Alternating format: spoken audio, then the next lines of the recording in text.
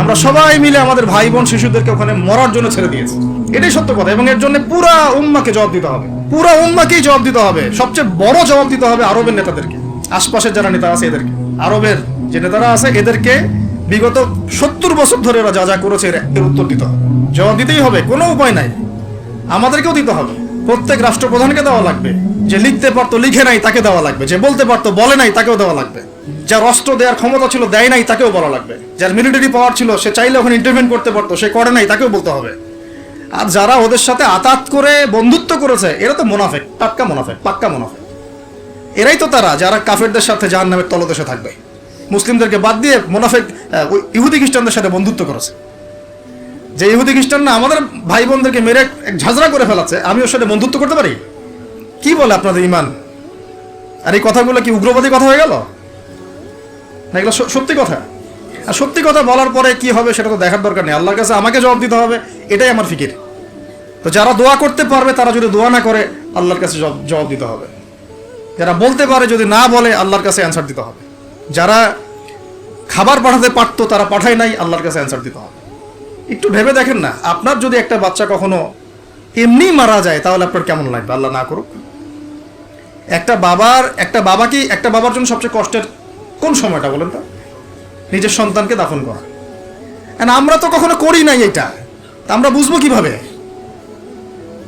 যে ঘুমটাওয়ালা কিছু লোক বসে বসে অনলাইনে বলতেছে যে এগুলো ফিতনা, এটাই, ওরা কি কখনো নিজের সন্তানকে দাফন করেছে নাকি?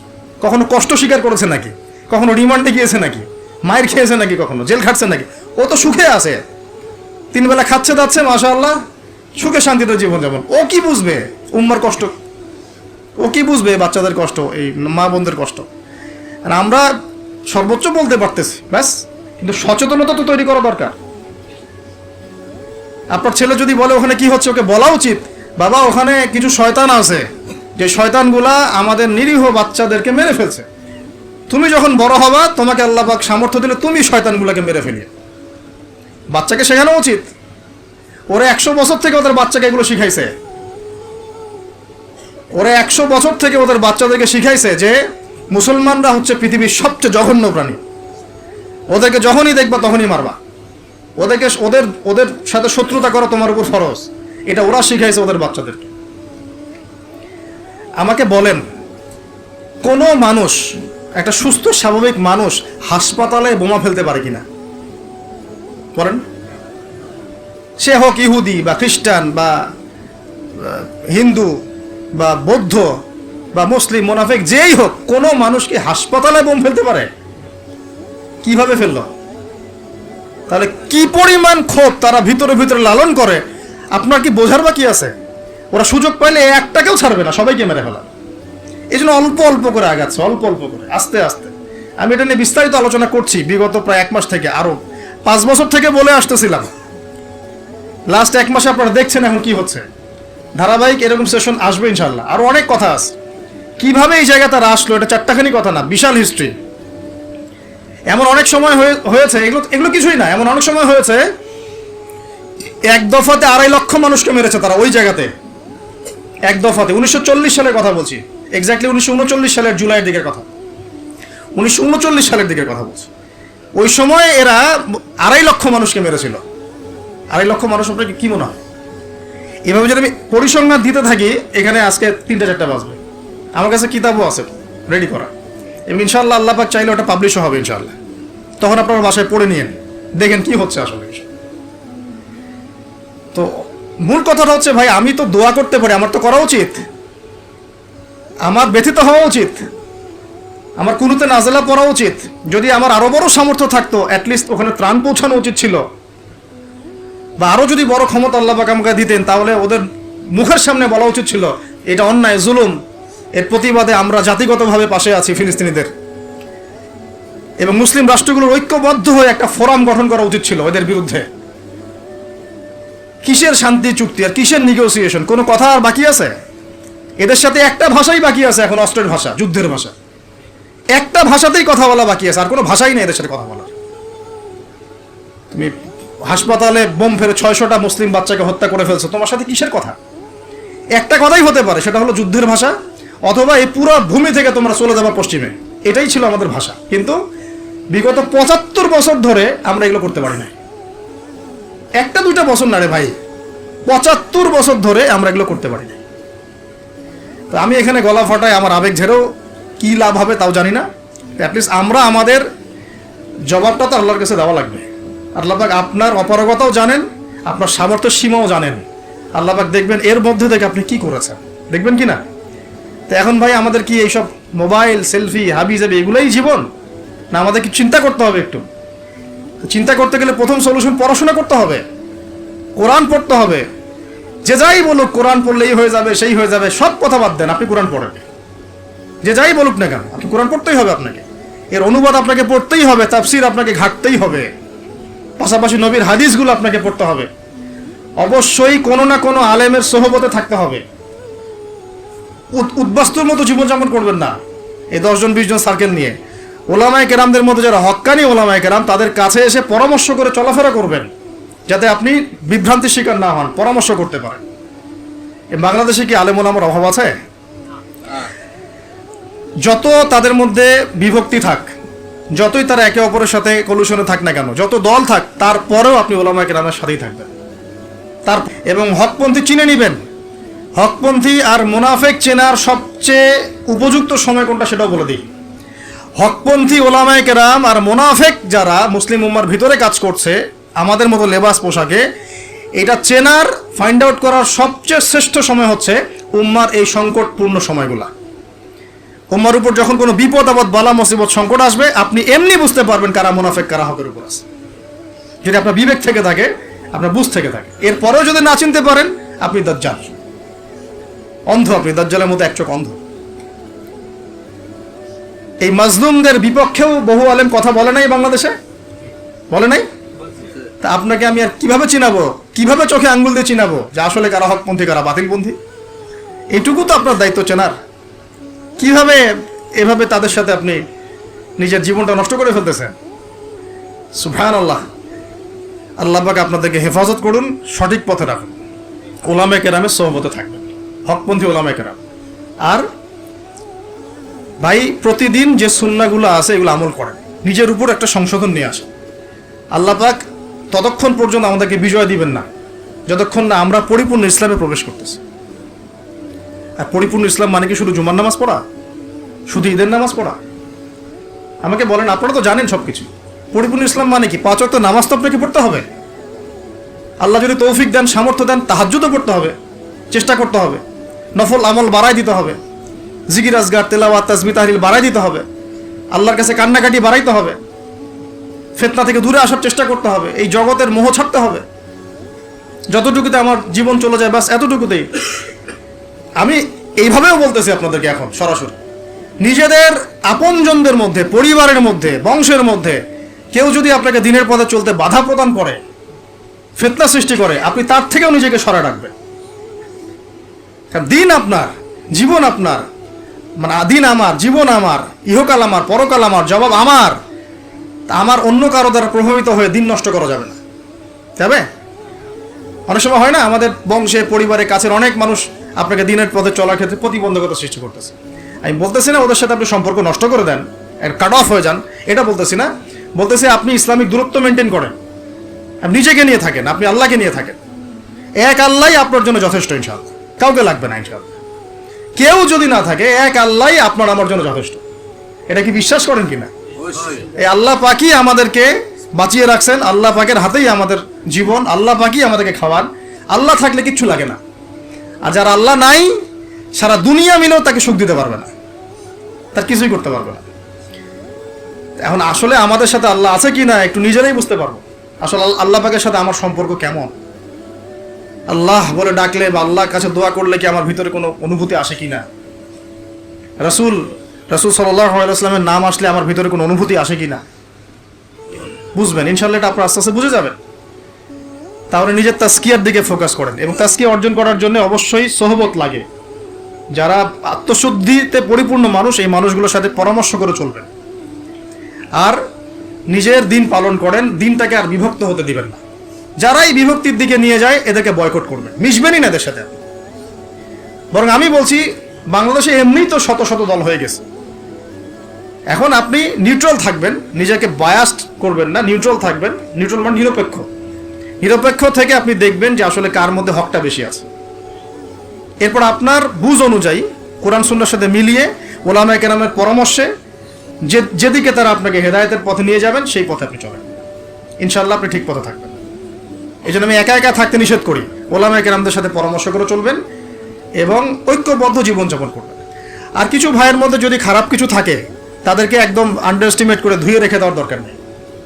কারণ যার মধ্যে খারাপ কিছু আছে ওর মধ্যে ভালোও কিছু আছে। খোলা মনে ভালোগুলো নিয়ে নেবেন, খারাপগুলো আপনি ছেড়ে দিবেন। এখন বলতে পারে আপনি কিভাবে বুঝবেন ভালো কোনটা খারাপ কোনটা? নিজে পড়বেন, নিজে জ্ঞান অর্জন করবেন, আল্লাহ পাক বিবেক দিয়েছেন, বোঝার চেষ্টা করবেন এবং আলেমদের সাথে পরামর্শ করবেন। ব্যাস, আল্লাহ পাক এরপরে আপনাকে যে পথে নিয়ে যাবেন ইনশাআল্লাহ সেই পথে আপনি চলুন। উম্মার বিভক্তি বাড়াবেন না। এরপরে যখন অর্থনীতির মধ্যে ঢুকবেন, ব্যবসা বাণিজ্য, রিজিক, চাকরি বাকরি, জান চলে গেলেও হারাম খাবেন না ইনশাআল্লাহ। আল্লাহ পাক তৌফিক দান করেন, আপনাকে তৌফিক দেখ, আমাকেও তৌফিক দান। কারণ আমরা সবাই হারাম খাচ্ছি অ্যাভেলেবল, আমি নিজেও ফিল করি। হারাম না খেলে আমাদের দোয়া কবুল হইতো। দোয়া যে কবুল হচ্ছে না বোঝেন না। কাবা ঘরে দোয়া হচ্ছে বিগত প্রায় 40-50 বছর থেকে, আল্লাহ ফিলিস্তিনকে মুক্ত করে দাও, মুসলিম ভাইদেরকে সাহায্য করো, নুসরা নাজিল করো। আপনি দোয়ার কি বরকত দেখতে পারতেছেন? দোয়ার কি ইম্প্যাক্ট পড়তেছে? রিজিক হারাম, রিজিক অনেক সময় হারাম হয়ে যাচ্ছে আমাদের। এমনকি হজের মতো মৌসুমে, উমরার মতো মৌসুমে আমরা যে গোশতগুলো খাচ্ছি বাইরে, যেগুলা, এগুলো যে কতটুকু আল্লাহর নামে জবাই করছে আল্লাহ ভালো জানে। ভাবতে হবে তো, এগুলা পারতেছি না। আমি সত্যি বলতেছি যে আমরা হালাল খাইতেও পারতেছি না মনে হয়। চেষ্টা করতে হবে 100% হালালের উপর থাকার জন্য। যদি আল্লাহর নামে জবাই না করা হয় সেটা কি হালাল হবে? না। যদি আমার টাকার মধ্যে সুদ থাকে হালাল হবে? যদি আমার টাকার মধ্যে ঘুষ থাকে হালাল হবে? বাংলাদেশের লক্ষ লক্ষ মানুষ নামাজ পড়ে মসজিদে, ঘুষখোর। বাংলাদেশের লক্ষ লক্ষ না, কোটি কোটি মানুষ মসজিদে নামাজ পড়ে, মুসল্লি সুদখোর। অনেক মসজিদ কমিটি আছে সুদখোর। ভাই আমার কথা বলতে কোনো ভয়ে কাজ করে না, আর আমি কারো পরোয়া করি না, সত্য কথা বলতে, এক আল্লাহ ছাড়া। বাংলাদেশে লক্ষ লক্ষ মানুষ আছে মসজিদে নামাজ পড়ে সুদখোর, ঘুষখোর, দুর্নীতিবাজ, করাপ্টেড। আমরা আমাদের কথা বলছি, দাড়ি টুপিওয়ালা মানুষ, আমরা বহু দাড়ি টুপিওয়ালা মানুষ আছি, সমাজে চলাফেরা করি, আমাদের রিজিক ঠিক নেই, হারাম খাচ্ছি। দোয়া কবুল হবে না। আল্লাহ পাক আমাদেরকে হারাম থেকে বাঁচান, হারাম থেকে বাঁচান। এরপর পরিবার যখন গঠন করতে যাবেন, ভুল করে পরিবারে অনইসলামিক কোনো মতাদর্শকে স্থান দিবেন না। পরিবারের বউ বাচ্চা যেন পর্দা করে, খেয়াল রাখতে হবে। বিয়ে শাদী করার সময় খেয়াল রাখতে হবে কোন মেয়েটাকে বিয়ে করছে। একটা মেয়ের বাহ্যিক সৌন্দর্য সব কিছু না, 3 মাস 4 মাস খুব মজা লাগবে, তারপর দেখবেন যখন আসল লাইফে আমরা ঢুকে যাই তখন দেখবেন দায়িত্ববোধটাই সবচেয়ে বড় কথা হয়ে দাঁড়ায়। এই রওনাক চলে যাবে, দিনদারিতা না থাকলে এই রওনাক চলে যাবে। মেয়ে দিনদার কিনা এটা দেখবেন সবার আগে। দিনদার হলে যদি একটু গায়ের রং কালো হয়, বিয়ে করে ফেলেন, বিয়ে করে ফেলেন। বিয়ে তো কঠিন করে ফেলছে সমাজ, জেনা সহজ হয়ে গেছে।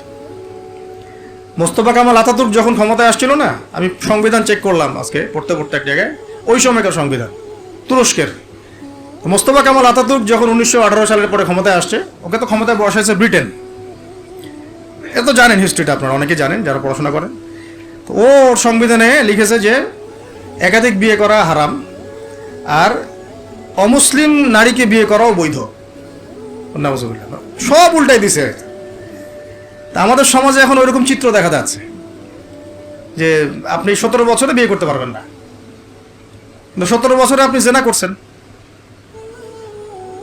আল্লাহ মাফ করুক, বাংলাদেশে 17 বছর বয়সে জেনা করা ছেলে মেয়ের অভাব আছে? আদমশুমারির মতো এই কুমারিত্ব টেস্ট যদি করা হয় ছেলে মেয়েদের, তারপর দেখা যাবে কি অবস্থা।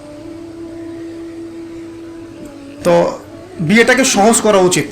বিয়ের বয়স একটা ফিক্স করা হয়েছে, এর সাথে তো আমরা এখন যুদ্ধ করতে পারবো না। পারবেন? ছেড়ে দেন, আচ্ছা ফিক্স করছে, বুঝলাম। এখন ওই বয়সটা হয়ে গেলেই আপনার সন্তানের বিয়ের ব্যবস্থা করে ফেলেন এবং এটাকে সহজ করে দেন, এত জটিল করেন না, সহজ করে দেন যাতে করে ওরা জিনা থেকে বেঁচে থাকতে পারে। ভাই বিশ্বাস করেন, বহু দাড়ি টুপিওয়ালা মানুষ, এলেমওয়ালা মানুষ এইসব মিম্বরে দাঁড়ায় হক কথা বলতে পারে না জেনার কারণে।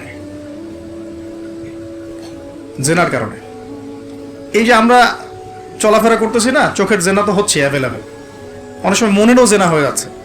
মনে খারাপ চিন্তা চলে আসতে পারে না, দেখবেন মনের নূরটা নষ্ট হয়ে যায়, তখন আপনার ইমানের ওই তেজটা কাজ করে না। ভালো করে খেয়াল করে দেখবেন, যখন মনের মধ্যে এই নূরটা নষ্ট হয়ে যায়, কিছু একটা নগ্ন মেয়েকে দেখে ফেলছেন বা একটা মেয়েকে দেখে আপনার অ্যাট্রাকশন তৈরি হয়ে গেছে, হতে পারে, কিন্তু হতে পারে, আমরা তো ফেরেশতা না, হতেই পারে, তখন দেখবেন মনের মধ্যে নূরটা নষ্ট হয়ে যায়। ওই সময় আপনি কিন্তু এই ইমানের এই জাজবাটা শো করতে পারবেন না। তখন নবী সাল্লাল্লাহু আলাইহি ওয়াসাল্লাম বলেছেন, তখন যদি বাসায় স্ত্রী থাকে তোমরা স্ত্রীর কাছে চলে যাবা, নিজের প্রয়োজন মিটাই নিবা, তাহলে এই শয়তানি মন থেকে চলে যাবে। তাই এখন তো বিয়ে কঠিন, এটা মিটাবে কিভাবে? অনলাইনে ঢুকলেই দেখবেন আপনি নগ্নতা নগ্নতা নগ্নতা। এই ছেলে পেলে আমাদের সাথে যারা ঢাকায় থাকে এরা যাতে আরো জানে কি আছে ওখানে, কি হয়। ছেলে ছেলে নাই আর মেয়ে মেয়ে নাই, মেয়ে আর মেয়ে নাই, ও নিজে ছেলে।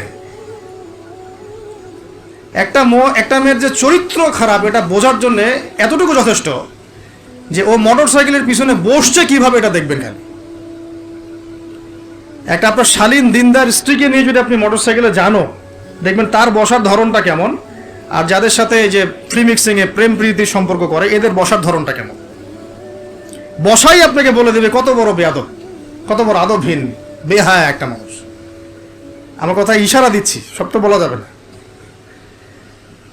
তো এটাকে সহজ করবেন, এখানে দিনদারিতাকে প্রাধান্য দিবেন, ভুলেও দুনিয়াদারিকে প্রাধান্য দিয়েন না। ও বাপের কয় টাকা আছে, ওর বিয়ে করলে আমি পাবো কি, কত সুন্দর ঐশ্বরিয়া রায়ের মতো কিনা, এগুলো দেখার দরকার নেই। এগুলো থাকে না, আস্তে আস্তে চলে যায়, দিনদারিতা থেকে যায়। ইব্রাহিম আলাইহিস সালামের স্ত্রীদের কথা আজকে আমরা স্মরণ করি না? হাজেরা আলাইহিস সালাম, তার ওই সবর, সাফা মারওয়ার সাই, তাওয়াক্কুল আল্লাহর কাছে এত পছন্দ হয়েছিল যে কিয়ামত পর্যন্ত যত মানুষ হজ করবে, সাই না করলে হজ হবে না আপনার। দেখেছেন উনার ওই হাঁটা দৌড়াদৌড়ি আল্লাহর কাছে এত পছন্দ হয়েছে। আপনি জামজাম কূপ ওখানে যে তাওয়াফ করছেন না, তাওয়াফ করে যে পানি খেয়ে আসলেন, সাফা মারওয়া সাই করলেন, এই সাই না করা পর্যন্ত আপনার হজই হচ্ছে না, ওমরাই হচ্ছে না। তো একজন দিনদার মেয়ের দিনদারিতা আল্লাহর কাছে কিভাবে কবুল হয়ে থাকে, আমাদের মেয়েদেরকে বুঝান, বাসায় গিয়ে বোনদেরকে বুঝান, মাদেরকে বুঝান, স্ত্রীদেরকে বুঝান, তাদেরকেও একটা উদ্দেশ্যে আল্লাহ পাক সৃষ্টি করেছেন। কি উদ্দেশ্য? তারা যেন ইসমাইলের মতো প্রজন্ম জন্ম দিতে পারে। তাদেরকে সিরিয়াল দেখার জন্য পাঠানো হয় নাই, তাদেরকে এই রং তামাশা করার জন্য আর স্নো পাউডার মেখে বাইরে ঘোরার জন্য পাঠানো হয় নাই। এবং এটাকে কন্ট্রোল তো আমাদেরকে করতে হবে। এই যে বললাম, কন্ট্রোল করতে গিয়ে যদি দেখেন পারতেছেন না, আপনার দ্বারা হচ্ছে না, তখন কি প্রয়োজনে ডিসকানেক্টেড হয়ে যাবেন। প্রয়োজনে ডিসকানেক্টেড হয়ে যাবেন, তাও নিজের দিনকে ক্ষতিগ্রস্ত হতে দিবেন না।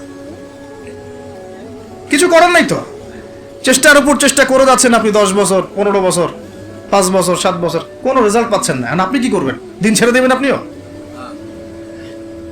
তাদের মতো হয়ে যাবেন? আপনাকে আপনার স্বতন্ত্র জায়গায় থাকতে হবে। আল্লাহ পাক তৌফিক দান করুন। আর ইসলাম সংশোধনের মধ্যে সমাধান আসলে আলহামদুলিল্লাহ। এরপরে বাচ্চা কাচ্চা যেগুলো হবে, এগুলো পয়েন্ট মনে রাখবেন, পড়াশোনা থেকে নিয়ে এই পর্যন্ত বাচ্চা কাচ্চা যেগুলো হবে, এক একটা বাচ্চাকে আগামী দিনের যোদ্ধা হিসেবে গড়ে তুলবে। কি যুদ্ধ করবে তারা? আগে আদর্শিক যুদ্ধ করবে, আদর্শিক যুদ্ধ করবে, যে আমরা ওইসব আদর্শে চলি না, আমাদের নিজস্ব আদর্শ আছে, এটা ইসলাম। আমাদের কিতাব আছে কোরআন, আমাদের সুন্নাহ আছে মুহাম্মদ সাল্লাল্লাহু আলাইহি ওয়াসাল্লামের সুন্নাহ।